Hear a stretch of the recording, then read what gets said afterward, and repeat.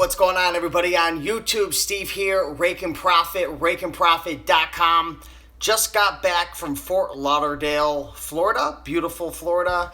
Weather was like 85, 90 degrees every day. Now I'm back to Connecticut. It's like 60 degrees over here, and got picked up from the airport about 45 minutes ago. And as I was driving home, Mama Profits picked me up, of course. Big shout out to my girl. You know, we passed a Goodwill, and I said to myself, let's go into Goodwill. Let's see what we can find. And found quite a few things at Goodwill. Got a couple bags. Got a cool hat, which I'm going to share with you guys. Good to see you, Lewis, Jennifer, Claire and Clutter. What's going on, girl? Good to see you. Thanks for showing up. In total, I spent $36. You may or may not be able to see that. Hey, Brian. Spent $36.35. Well, actually $34.19. Got hit with that 6.35 Connecticut sales tax. Purchased 7, 8, 9, 10 items in total. So paid about $3.60 on average. Does that make sense? Did I get 10 items? Yes, I did. So I'm going to show you guys what I found. I literally made over $100 profit, right around there, give or take, in 30 minutes or less. I was in and out of the thrift store in 15 minutes, and you know, it's probably going to take maybe 15 or 20 minutes or so to get this stuff listed up. There's a lot of quick items. So if you guys are excited for this Goodwill haul video, Robin, do me a favor, smash that like button. We've got Shalini, what's going on? We got Seattle Seller. Hit that like button, show a little love, and we'll dive into this little video and share with you guys what I found. I need you guys to tell me, shall I show you what's in bag 1 first or bag 2? 1 or 2? Let's see what you folks have to say. Hey, what's up, Blee? What's up, Jacob? Deborah, good to see you. Matt, hello, hello. So everybody wants to see bag 1. We've got a lot of bag 1s in here. So let's dive into bag 1 and we will talk about what I found. So this is an item, this is a brand that isn't the same as it used to be. And if you guys watched my video the other day, and I talked about one of the biggest mistakes new sellers make, clothing sellers, one of the biggest mistakes is they don't look past the brand. And you do, you need to look past the brand. All because a brand sells doesn't mean it's necessarily going to do very well. And this is a brand, Bugatti Uomo, that's kind of on a decline. It really is. It doesn't do the same as it used to. And I passed up a lot of them, but I did pick this one up. I'm not sure how good the light is right now. I picked this up for a couple different reasons. Number one, it's size extra large. Bigger the better. You know, extra large isn't huge, but it's better than like a medium or a large. It's in excellent condition. It's in really, really nice shape. But the really big selling on here, I think I'm live. I don't know what just happened. It just said we disconnected. So, am I back, guys? Give me a thumbs up if I'm back. It was a little weird right there. It like just disappeared, and now I think I'm back. Am I back? Am I back? Jennifer says yes. Yes, I am back in action. So, for $4.99, first class shipping will be about, I don't know, $4 or so. So I'm in this for about maybe $11 after fees. I don't have any reason to believe that I couldn't double my money on that. So should make a good $10 profit on that Bugatti Uomo right there. You know, that's a 200% ROI. Let's go back into the bag. This is an item that I am going to sell on Amazon FBA. This is called the Onetouch Cordless Knife. I've actually had a lot of success with, let me see if I can switch this up a little bit, show you guys a little angle. This is the cordless knife right here, and I'm like stretching like this because I'm connected to the wall with the charger. This is an electric knife. I've done really, really well with this in the past. You know, look past the retail price if it's an older item. You know, this might be, I don't know, 5 to 10 years old. I'm not entirely sure. The reason I say that is because it's a really old Bed Bath & Beyond sticker in the corner. So ignore that. But on FBA, you know, it had a decent rank in the home. I think it was like 200,000. And it's brand new in a box, never opened. So for $6, I think I'm gonna get 25, 30 bucks for that. So I'll probably make $15 profit on that. So I'm up to about, let's just say $25 profit, give or take. The next item that I found, guys, what do you think about this? Do you think I'll turn into a ladies' man if I wear this hat? Or will I repel the ladies with this hat? For some reason, I just keep disappearing, so I'm not sure what's going on. You're going to have to catch the replay if the mobile isn't working very well. But what do you think? I'm not going to be a ladies' man with this. This is actually a Columbia fishing hat. Columbia fishing hat right here. And it's got the little, I believe these are trout. Are those trout? I think so. Going around the hat. So it's a fisherman's hat right here. Columbia, extra large. I should be able to get 25, 30 bucks. I think so. 25 or 30 bucks. I paid $3. Wow, I've got the tag on my forehead. I paid $3 for this. I'm a freak. I know it. And I think I'll get 30 bucks. So this will ship first class in a light cardboard box. So far I'm up to 25 profit. I think I could confidently say I can make $15 profit on this. So let's just say I'm up to $40 profit so far. That's after fees, after shipping, cost of goods sold. So this is an item that was sitting on the shelf. The reason this item caught my interest was because it had a Target tag for $49.99, which was then clearance down to $24.98. And then there was a Goodwill sticker on it for $12.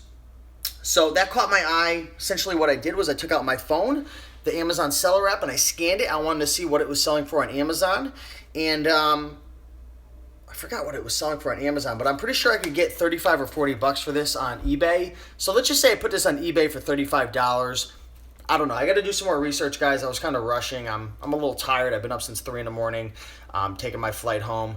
But let's just say that I could confidently make, if I was to sell for 35, 20, let's just say I can make, I don't know, we'll just go conservatively with 10 bucks. This is a battery, I believe, for a camera. It says shoot in HD, share in real time, compatible with iPhone and Android. I say battery because I see ion. I'll be honest, guys, I don't really know what it is. Maybe I should do some more research. But 10 bucks, so I'm up to $50 profit so far, I think, right? So 15, 30, 40. We'll just say I'm at $50 profit so far. Maybe more, maybe less. So that's it. That's the first bag. I'm already up to 50 bucks profit. Listen, guys, I just got off the plane. I went into Goodwill. You know, I just spent who knows how many dollars getting back to Connecticut with my flight. JetBlue, big shout out to you. I had to recoup some of that cash. So, you know, I ran in there real quick, popped real quick. I'm up to 50 bucks profit. What is in bag number 2? That is the question at hand. So, any guesses what is in here? Can anybody tell? Can anybody see that? Hey, what's up? What's going on, Tim? Tim, man, this is gonna make you smile, man. I was just at the Goodwill in Manchester, Connecticut. I just happened to be there at the right time, right place, right time, as they were pulling all of these out. Let me show you guys. Oh, look. Hold on. Let me take you guys behind the scenes. Oh, look at you. You just want to stay in my arms, don't you? That's ink. I'm a weirdo. Sorry. 1, 2, 3, 4, 5, 6 inks. And guess what, guys? Most of them expire in 2018. What are the odds of that? Finding ink brand new in the box that is going to be expiring in 2018. So this is 2018 right here. You know, this one, it was only $1, guys. I know you probably can't see it, but you're going to just have to take my word for it, guys. I'm not going to lie to you about it. Paid $1 for this. I think on Amazon this is going for like 15, this one. So let's just say I make like $7 profit there. Here's a yellow one. Let's just say I make another $7.50. We'll say we're up to another 15 in profit. And then I have another one. This actually expires in May of 2017, so I'm going to put this on eBay. I think I could sell this for 20, so let's just say another $10 profit. I'm up to 25. Here's another one. This expired in 2016. So if it's expired, guys, you're going to want to put it on eBay. If it's not expired and you're allowed to sell it on Amazon FBA, and when I say allowed to, you don't get any type of restriction or restrictive pop-up on your seller app telling you that you can't sell it, then I would put it on Amazon. But this will go on eBay. You know, it's going to be another 10, 15 bucks profit. Then I have a couple more. So I could easily say I'm going to make $50 profit on this ink, maybe more. I've got to do some more research, but 50 here, 50 over here. That's how you make about $100 profit, guys, in 30 minutes or so. I spent about 15 minutes running into the thrift store. Probably spend another 15 to 30 minutes listing these items up. Maybe a little more, maybe a little less. Depends on if I'm really moving or if I'm screwing around on social media, shooting YouTube videos while I'm listing. But there's money to be made here, guys. It's out there. You got to go out there and grind, make cash money. Says I sell expired ink all the time. Telling you guys, the money is out there. We got Clear and Clutter for Clarity killing it on Instagram, killing it on eBay, killing it on YouTube. Give her a big follow. Raiken just got done converting my basement into an office. Love the basement office. That's what I'm talking about. So if you guys haven't seen my basement workspace office chill spot, check out my videos that I've been posting, guys. I pretty much share it all. Flipping daily, thanks to you and the Green Room crew, soon to be into clothing. Yeah, clothing's exciting, guys. The cool thing about clothing is you can pick it up as an accessory to all the other items you're picking up. Look, I picked up a hat. I picked up electronics. I picked up ink. I picked up clothing. Clothing is one of those things you just got to learn because you're literally taking money out of your pocket by not knowing, basic clothing pickups and basic brands and things to look out for and styles and sizes and patterns and materials that can make you money. I like to diversify. There was a time where I was full-time clothing. That's all I did. But as time went on, I learned about FBA. I learned about books and electronics and video games and puzzles. And, now I just, if I, find 100 pieces of clothing, I'll pick it up. But most of the times, it's just a couple pieces here, a couple pieces there. And it just adds to the, the profitable inventory. There's so many people, they go out thrifting and they're only looking for video games, which is fine. Maybe you're an expert in that field, but how many, LL Bean leather jackets did you pass up? How many Vineyard Vines 2 extra large polo shirts did you pass up? How many, Briani suits did you pass up? Probably not many because there's not many out there, but you never know. You've got to learn clothing, guys. It's possible to do it part-time, right? Clothing, because, I do it part-time because I'm picking up other items as well. That's not the only item I pick up, but there's people out there who do it full-time. Look at Ronnie Hart. Look at Luke with Endless Entrepreneurs. Look at Chris Lenning with 10K on the Bay. You can make clothing part-time. You can make it full-time. You can add it to your agenda. You can make it an accessory to your inventory that you pick up. So, Thrifty Treasures, what's going on, Tanya? Good to see you. She says it's easy money. Yeah, Make Cash Money says you got to have eBay and Amazon.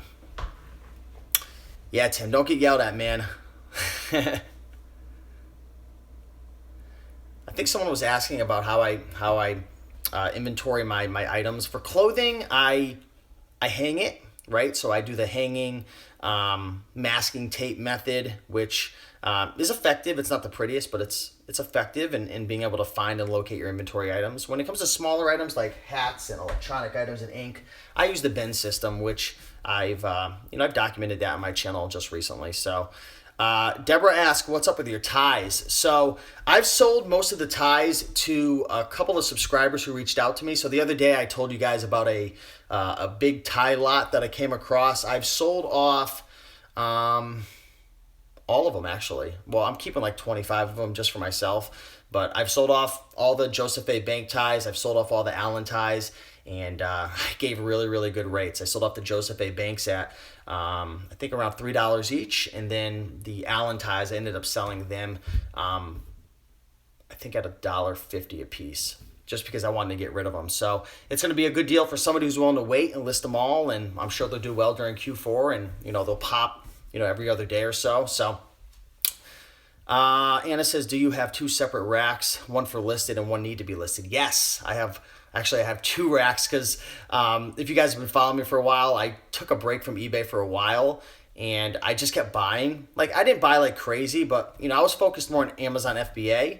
But while I was out there looking for books and electronics and going to garage sales and different places to source, I would come across clothing. And I'm not going to pass up some of these, gold signature version Joseph A. Bank suits like for $10. Like, I'm not going to pass it up. I'm going to buy it because the value is going to sit there. I'm not going to pass up, you know, a biker Levi's denim jacket with all rips in it. It looks super cool. Like, I'm not passing it up. That's just like investing my money for the future. That's not losing value. I'm not passing up a beautiful Canali alpaca wool sport coat. I'm just not doing it. So I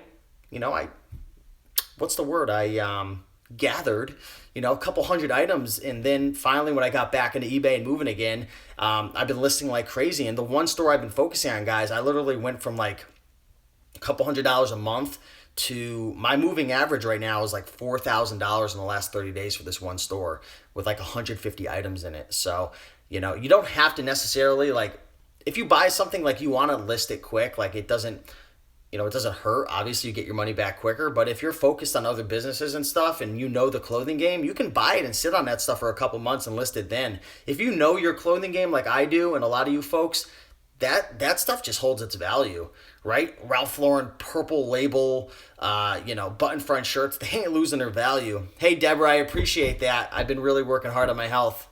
Other items like books and stuff, you don't want to sit on those things for a couple months because you can have a book that's selling for $90 with like a 12,000 rank, and you can look back 6 months or 2 months later and it's like a 2 million rank and it's selling for like $4. So that's one thing that I like about clothing. But to answer your question, I have one rack with my listed items, and then I have another that are not listed.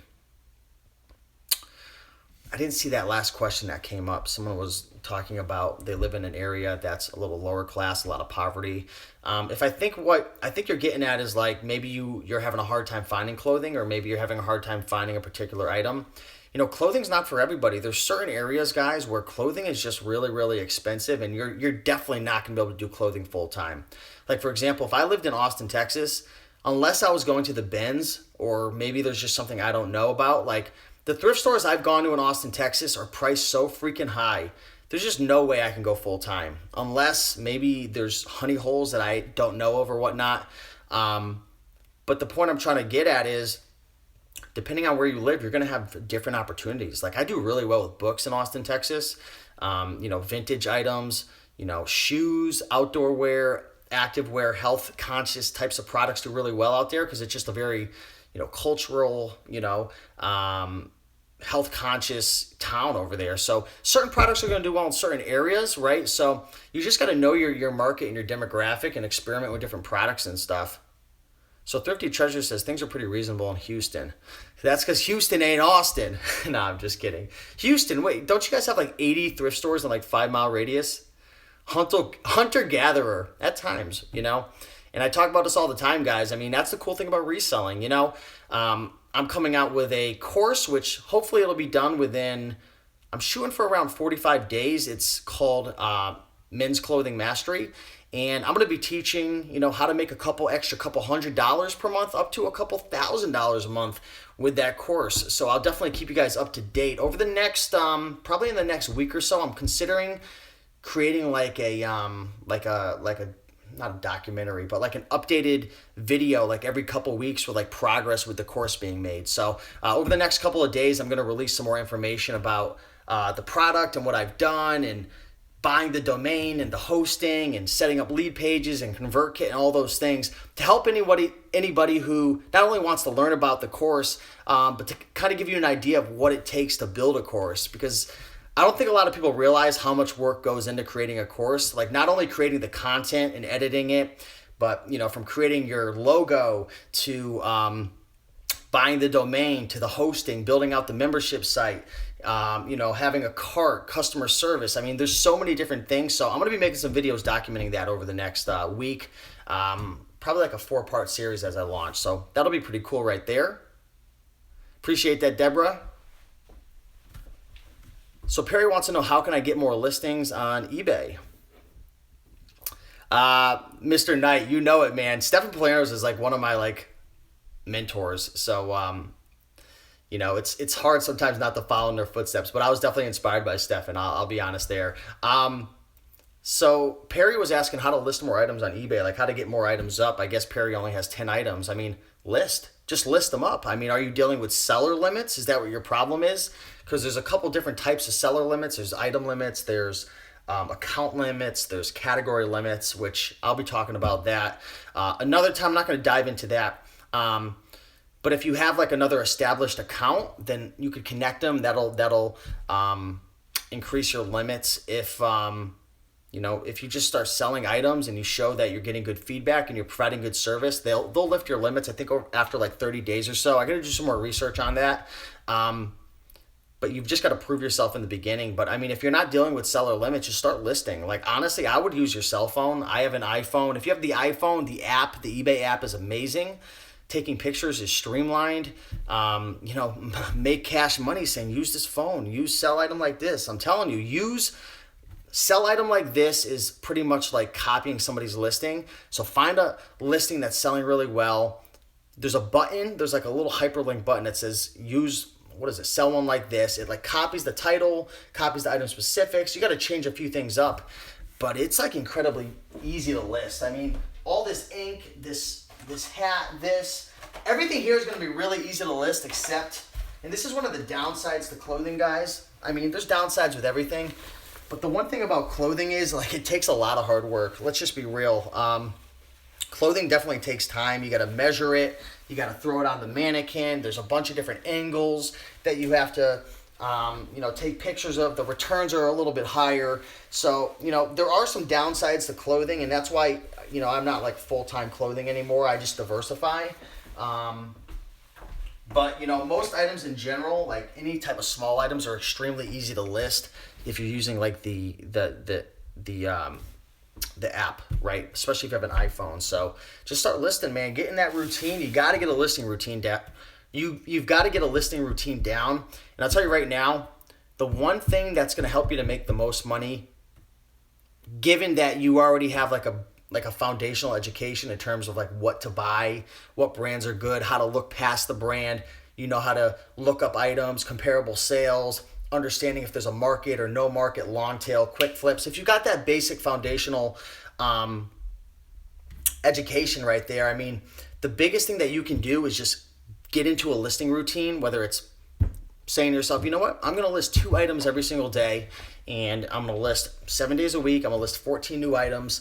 And maybe you do that for a couple months and you get to the point where you're selling maybe 500 a month. I think that's definitely possible if you're getting items with a market.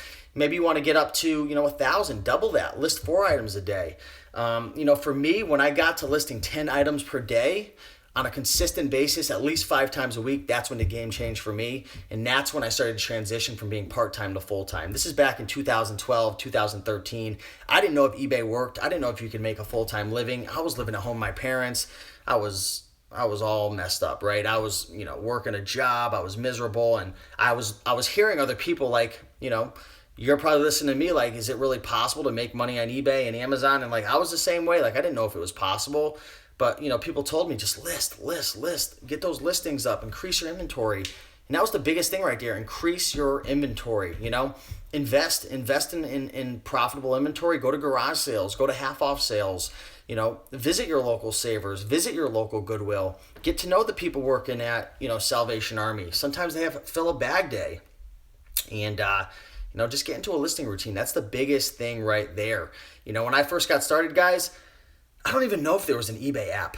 I really don't. I was using, I don't have it in front of me, but I was going to show you a point and shoot camera. I was taking pictures with a point and shoot camera with a mannequin hanging over my bed. I don't know if I ever told you the story, guys, but one time I was sleeping and like something just like smashed on me and I like woke up like frightened. The mannequin fell off my wall. This is a real problem when the mannequin falls off the wall and wakes you up. That's when you know you've got to make a change. But man, I was hustling back then with just minimum equipment, minimal tools, and I was using a point and shoot camera, and I'd have to snap the pictures, then pull the memory card out, insert it in my desktop, drag all the pictures over, upload it to the listings, and I don't even know if I was doing sell like as and all that stuff. So, it's so much easier now with the phones, and there's just really no excuse. There's just like such an abundance out there. Hey, Isaac, what's going on, brother? Good to see you, man. I just, if you're just tuning in, Isaac, I don't want to hurt your feelings, But, I went over to our honey hole over at Goodwill, man, and popped out a whole bunch of these inks right here. So, what now, bro? No, I'm just kidding. Isaac was on my channel the other day. He's a good friend of mine. We just became friends recently, and he's a really, really good guy. So I had to give it to him a little bit. But, the funny thing is about that Goodwill, Isaac, they are bringing out fresh bins like all day long, son. All day long. So, I just hit the jackpot. You go an hour later, probably another jackpot. There's like jackpots popping off over there like every hour. So if you want to make a full-time living, go to Manchester, Connecticut, Goodwill, and just sit there for like 8 hours a day. How dare you? Man, if it's not, I'll tell you, man, it's kill or be killed. What are you going to do, Isaac? You going to kill or you going to be killed? I'm just kidding with you. Raiken, what do you do when you can't find cops? I try to save my own life. No, if I can't find comps, typically what I'll do is I'll look on like Amazon. So that's like one thing I'll do is I'll look on Amazon to see if anything's going on over there. If the rank is like ridiculously high and maybe there's not a lot of sellers, it's kind of giving me an idea that maybe there's not like a market for it. But if there's like a strong theme attached to it or like a strong brand, or like from my experience, I've sold similar things and it's like dirt cheap and the risk and reward is in my favor. Maybe it's $1 and I'm thinking, well, what's the worst thing that could happen? I could sell it for 15 or 20 or maybe hit a jackpot at like 80. I'll go for it. I mean, I take risks, but there's so many items out there, guys. I don't take risks that are like unnecessary anymore because, like, for example, I was at Goodwill and I was going to check out, and on top of the glass case, there was a pair of Lucky Brand jeans there. $24.99. They had a yellow tag, which means they were half off because yellow was the half off color today at Goodwill. So it means I could have got it for $12.50, around $14 after tax. And, I looked up the sold listings, and there weren't a lot of sold listings for that particular size and that particular style. They were coming up around $30. And, I said to myself, there was one that went for like 20 brand new, and then there was one like 30 and one that was like 32. And I'm like, you know what? Best case scenario, I'm going to like risk $14 to make like 7 or 8. And I'm like, I just not worth it, right? It's just not worth it in my opinion. So I passed on it. So, I mean, you just got to go based on your gut. If it was like $2 and I can make like 10 or 11, like I'd rather invest 2 than have to risk like 13 or $14, So that's my thinking right there. If you guys have any more questions, feel free to ask away. I'm going to take a sip of this coffee.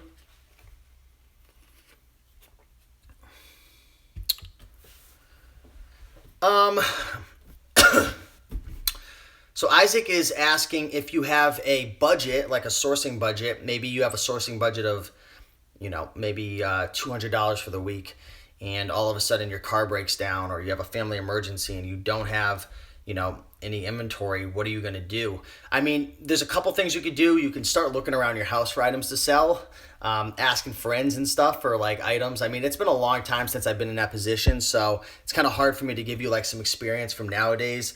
But back in the day, man, like I would just hustle. Like you could go into the Craigslist free section, Facebook free section. I would start going to garage sales, man. Just go look under your bed for like $5 in quarters or like in a dresser and like start hitting up garage sales, right?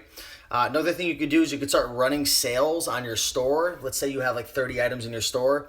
Start selling some items, maybe a little less than you would typically wait for just to get that cash flow coming in, right? So look around the house, run sales, free section of Craigslist, max out your credit card. I'm just kidding, clearing clutter. Steal, rob, kill. No, I'm just kidding. I'm in a funny mood today. Let's see. What are your prices of clothing in Connecticut? It really depends. I mean, you go to Savers, you'll find things there $5, $10, $15. It really it's scattered all over the place. At Goodwill's, there's typically a normal section where the button fronts are like $4.99, but then they'll have a boutique area that's like $10. In Salvation Army, sometimes you'll find stuff for like $3 for a shirt, and then they got it marked at like 40. Like, it's just, the game is changing, guys, at thrift stores. Like, it's like you can't hide the fact that the game is definitely changing. Obviously, the YouTube videos and the Facebook groups and the TV shows and, just the ease of being able to log on to eBay and look things up and scan with Amazon. Like, all these things are obviously factoring in. Like, people aren't stupid. Like, these thrift stores are catching on. Like, they know. And prices are going up. But at the end of the day, they can only raise prices as high as they're able to move the inventory, because these thrift stores, they have tons of inventory coming in all the time. Big box trucks. People are dropping crap off all the time. So they're pushing their luck at a lot of these thrift stores, and they're raising them, and they're trying to see what they can get, and they're maximizing profits, and they're selling off during their half off sales, and they're getting creative with coupons and stamp cards and different things like that.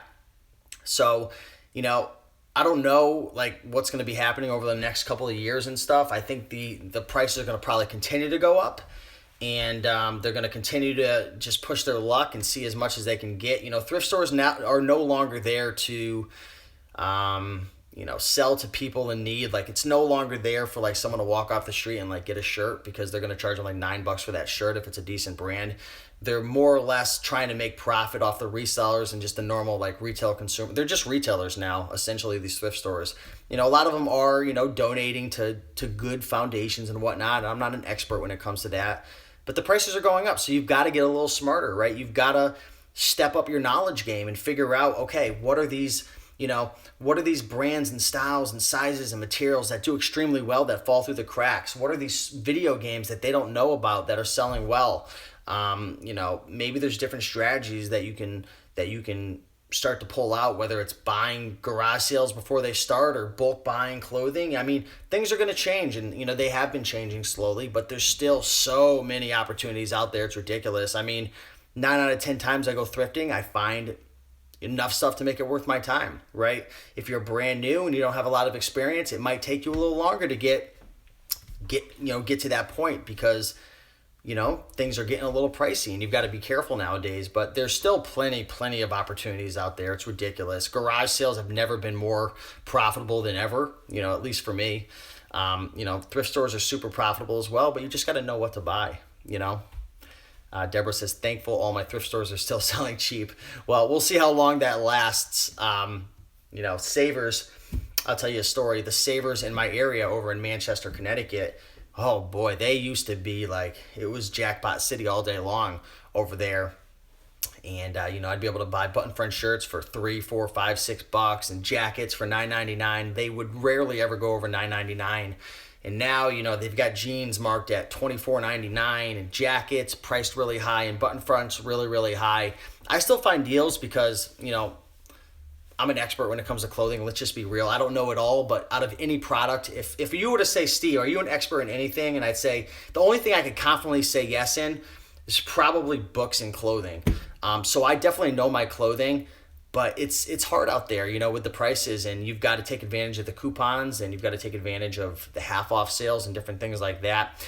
But a new manager came in to town and took over and jacked up all the clothing and shoes prices about 30 to 40%. So we'll see what happens. I think these things go on life cycles. New management comes in, they maybe they're getting heat from corporate and whatnot, and they're trying to meet their quotas and whatnot, and maybe inventory doesn't move, so they have to slowly move it back down. I've noticed cycles kind of happen at thrift stores, right? They move them high, they move them low. They're trying different things. At the end of the day, they're there to make money, and you got to respect that. They're there to make money for their for foundations. They're to make money to make money just like any other business as well. So, you do what you got to do, but, you got to keep learning. You got to keep educating yourself, and, you got to just try to find the stuff that falls through the cracks, and diversify. That's why I always diversify my income. I don't stick with just eBay. I don't stick with just Amazon. Brian's asking, when's a good time to open up a store? I'd say probably somewhere around like 100 items.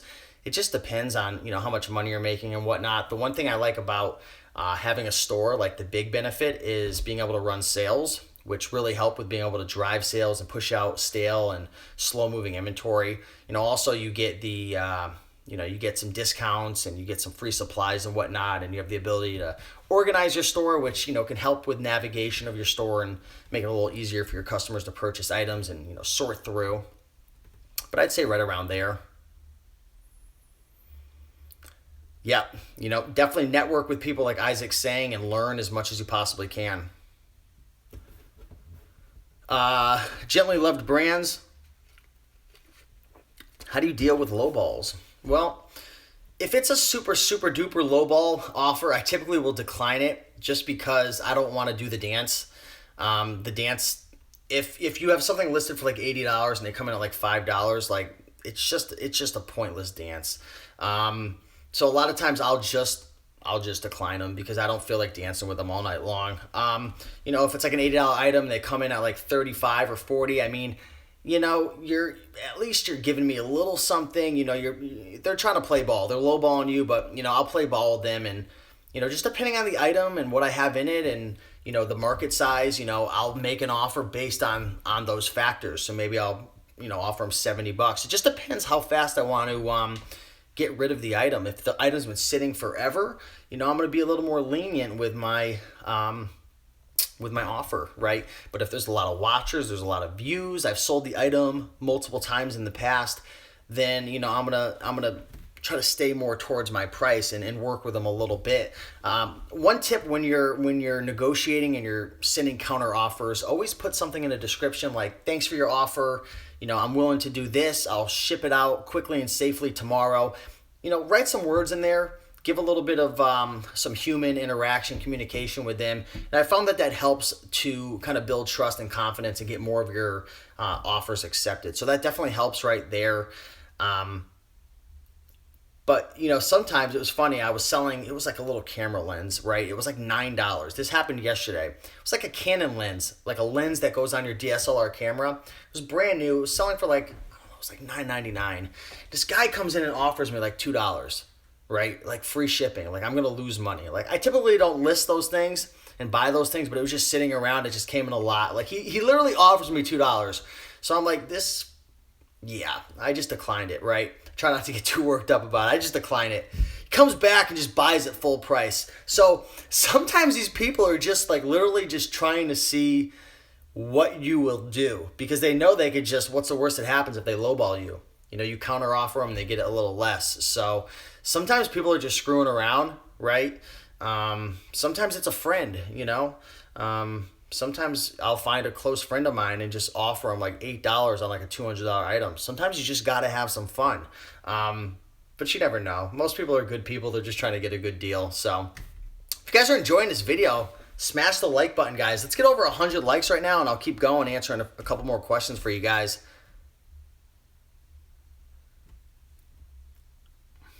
Steve, do you add best offer to your listings? Most of the time I do offer... I do add the best offer option just because, like, at least at my stage right now, like, eBay's not my only income. eBay is one of my 10 to 12 different income streams that I have. And I'm not trying to make like a killing with eBay. I'm trying to pick something up and flip it and make a good profit. I'm not trying to get greedy. What's that saying go? I don't know, something about like pigs get slaughtered or something. Sometimes if you're just too greedy, it's just, I don't know. With my model, I'm not trying to get the most money possible because I have other income streams. If I find something for $5 and I could get $20 for it instead of waiting like an extra couple months for $25, like I'll take the $20. So I add best offer. If it's something that I'm super confident in, like maybe it's like Donkey Kong for like N64 and I know that I can get $20 all day long. Certain items I don't want to waste my time with best offers. Like if you have cell phones, if you have video games, if you have like I don't know, there's certain niches and certain products that just bring a particular crowd that just loves to lowball you and just be kind of annoying. To be honest, I won't put a best offer, right? So you want to consider that. There's also a functionality that allows you to automatically decline a offer based on a price. So you can always set that into your listing as well if you're really worried about, your time. Besides eBay and Amazon, what are some of your other income streams? So I've talked about this quite a bit. I do affiliate marketing. So through this channel, a lot of people always ask, like, how do you make money with your YouTube channel? I make money with my YouTube channel a few different ways. Google AdSense. So typically after the videos, I'll insert ads into the videos. So if you're seeing those ads all the time and they're pissing you off, I apologize. but that's one of the ways I monetize my video. If you want to get away from those, because me personally, I hate ads. Ads piss me off. So you can get YouTube Red, and it's $10 a month, and you literally won't have to watch my ads, or anybody's ads. So I would suggest getting that. So Google AdSense is how I make money from my channel. But the biggest way I make money through my YouTube channel is through affiliate marketing. And I've made a lot of money over the last year promoting other courses, products, services, different things like that. Affiliate marketing. I do have over 200 Kindle books, so I make money every month from Kindle. My Kindle books are converted into a couple other platforms as well. CreateSpace, which are physical books, and ACX, which are audio books. I sell locally on Craigslist, Amazon FBA, Amazon Associates, JVZoo. I've got my own products, courses, membership sites. So I've got my hands in a couple different cookie jars. So hopefully that kind of opens up your eyes to a few of the things that I am doing. I know I missed a couple of questions there. Hey, what's up, Chris? I see your text coming up, man. We'll definitely talk in a little bit, man. Looking forward to chatting with you a little later on. Be sure to subscribe to Bonafide Hustler, guys. He's in the comments right now. Yeah, and I forgot an income stream too. Shopify. So I also have an e-commerce store as well, and I've been making quite a few sales today. Because one of my ways that I make sales through my Shopify store, and if you guys don't know, I have a Shopify store. I don't release the niche, or I don't release the store just because it's personal and I don't want to entice or motivate any copycats. But I do a lot of email marketing, and I drive a lot of sales through Facebook ads. And I've also got a Facebook page within that niche that has over 13,000 likes. For my brand. So email marketing's huge. I use Klaviyo for that, and I literally just sent out a 20% off coupon code to my list through that follow me through my Shopify store. So but I want you guys to remember too, I don't spend time on all these businesses all the time. Literally, I don't spend any time anymore on my Kindle business. I don't spend any time on CreateSpace. I don't spend any time on ACX at all. I literally made, and I don't say this to impress you, I say it to impress upon you the truth. I made $12,000 profit through CreateSpace last year, and I didn't spend more than 20 seconds. Well, maybe I spent 10 minutes all year, and that was me just checking my numbers. $12,000 profit. I didn't do anything. All those books were already created. They were already ranking well. They were already reviewed up. They were already selling. And that's just one example. I do YouTube videos for fun and I get paid. I've created products in the past that I have on Gumroad, and when somebody buys them, it automatically delivers it to them. Amazon FBA, I have inventory that I've sent in, months ago or weeks ago, and when it sells, they fulfill it for me. So a lot of people think, I get this comment often, Steve, you're so busy, man. Thank you so much for answering my question. I know you're so busy. You're so busy. Merch by Amazon, that's another business that we just started up. And the fact is, I'm not as busy as you guys probably think I am, mainly because I spend a lot of time doing things that I enjoy and traveling and going to conferences and working out and spending time outside. But I've got a lot of streams of income they're not 100% passive, but they don't always require my time. So there may be a time where I'm grinding it out 15 hours a week. I love how I say grinding it out. I'm putting in my life's work. Now, I'm spending 15 hours a week getting my eBay store up. Or maybe the next week I'm spending 30 hours on my Amazon FBA. Or maybe, over the next month or two, I'm going to be spending probably 30 to 40 hours a week creating my course. And once I put in that time, I create the course, set up the website, the membership site, put in all the time to edit the videos, create the logo, get the trademark done, market, promote, all the stuff I have to do, that's going to be an income stream for life because it aligns with my YouTube channel. So I'm not as busy as you guys think I am, and that's by design. And anybody could do that, really. It just takes time. You've got to plant seeds. One of the seeds that I'm planting right now is Merch by Amazon. And my mother and I, we've teamed up. I'm not going to dive into the deep reasons why. If you guys watch my previous videos, I had issues with my account, but we teamed up, and I shared with you guys a little sales update for Merch by Amazon the first month, and we made $50 profit or $75, something around there. And it's not a lot of money, but it's a seed. And you plant your seeds and you water them, and you put some effort into them from time to time, or maybe you put a lot of effort into them, and then you kind of let them do their thing for a while. So That's kind of like my style right there.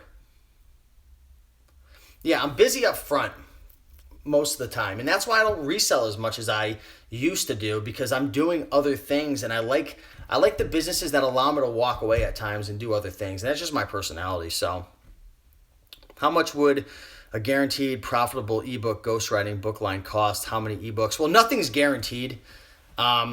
Nothing's guaranteed at all, but probably about $100 for a book to get written. Yeah, I would definitely jump into merch by Amazon for sure. I think it's at its infancy stage right now, and currently right now they're only offering T-shirts, but eventually there's going to be mugs and hoodies and all different types of products.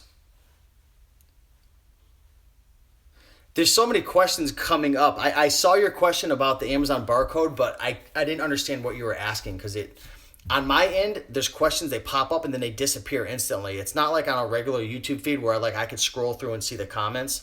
So if I'm missing your comments, guys, it's nothing personal. It's just sometimes I can't analyze and understand the question quick enough before it disappears.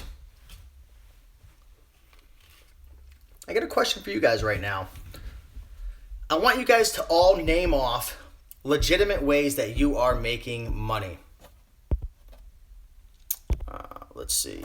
Name off legitimate ways that you guys are making money online. Online. I don't really want to know about the physical businesses that are like brick and mortar, but I want to know, which strategies are you putting forth to make money online? I talked probably about 10 or 12 different ones. There's a lot of free videos about Shopify and YouTube. I would just start looking them up. There's a guy named, he runs a Facebook group called King Pinning. Check him out. He's got a lot of free content over there. Stock photography, that's an interesting business right there. You need an assistant. I've got VAs working for me, and I have one that helps me out with a lot of these things. eBay, everybody's saying eBay. Someone said stock photography. I think that's taking pictures and selling it on like a website, and they pay you a commission every time, I believe. Network marketing, motivated by Ty Lopez. I buy, sell vintage games and vintage comic books. I make close to $20K a month on eBay. Holy mackerel. And that's a niche I have no idea about. Well, video games a little bit, but comic books I don't know anything about. Flipping furniture on Craigslist locally. You guys ever follow Glendon Cameron back in the day? He used to flip a lot of furniture on Craigslist. So I know there's money to be made there. That's pretty cool. Clear and Clutter says eBay, Amazon, affiliate, YouTube, rare on Posh, I don't know why, Posh, and merch by Amazon. Cool, man. Clearing for Clutter, I can't even say your name. CC, that's what we're calling you. CC, you're a rock star. Ronnie Kern, I have comic books trying to get started. Cool. Clearing for Claret, what am I trying to say? I don't even know. Maybe ask this by email and then make a video on it. Maybe. If you have a question, ask in the comments after, and I'll do my best to make a video about it. Offer up, people are saying. So there's a lot of ways to make money, guys. You just got to choose. I just got back from a conference, and I learned probably like 50 new strategies to implement in my business and various businesses. But the truth is, I just can't implement all of them, and I have to choose one or two or three to implement. And you've got to do the same when you're trying to figure out how to start making money online. Are you going to start with eBay? Are you going to start with FBA?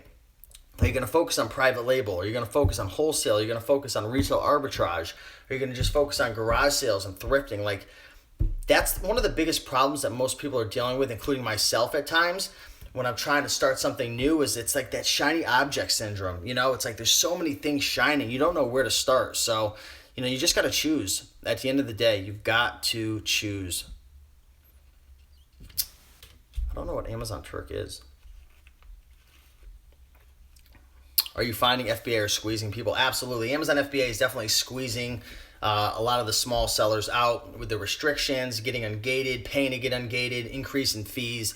FBA has been a gold rush for a while, but I think there's a lot of changes.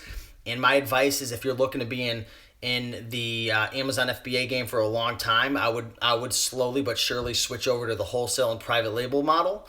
That's where a lot of the big sellers and smarter sellers seem to be going. And when I say smarter, I don't mean anything against anyone doing retail arbitrage and thrifting and all that, because that's what I do as well. I don't do wholesale and private label, not yet. But there's so many red flags up, right? It's like it's like if you're married and like your significant other, like they keep coming home late and like, maybe your girlfriend smells like cologne. It's like something's going on right now. Like, why is she coming home late? Like, she doesn't pick up your calls. Like, like sometimes you're going to get these red flags that are coming up and you've got to kind of read between the lines, right? So, if your girlfriend comes home and she smells like cologne, I would stop selling on Amazon FBA. No, but in all seriousness, guys, I'm making jokes. You got to stay ahead of the curve, and there's changes going on. Cece says busted. Uh-oh. Oh, man. So, yeah. I have a private label cosmetic line soon to look on Amazon. That's cool, Flippin' Daily. That's awesome. If you guys have questions, try to keep it to like one sentence because I see some coming in, they're like 3 or 4 lines, and it just disappears before I could read through it and kind of like comprehend what you're saying. So try to keep it to like one sentence on the live shows. I'm sorry about that, guys. So put some of this stuff back in the bag. I'm gonna probably go list this stuff up shortly. Hey JJ, good to see ya. So if you guys are just getting into the channel, I shared a bunch of items that are going to make me about $100 profit in 30 minutes, so be sure to check that out. Clearing clutter for clarity. You are a bad girl. I don't trust you anymore.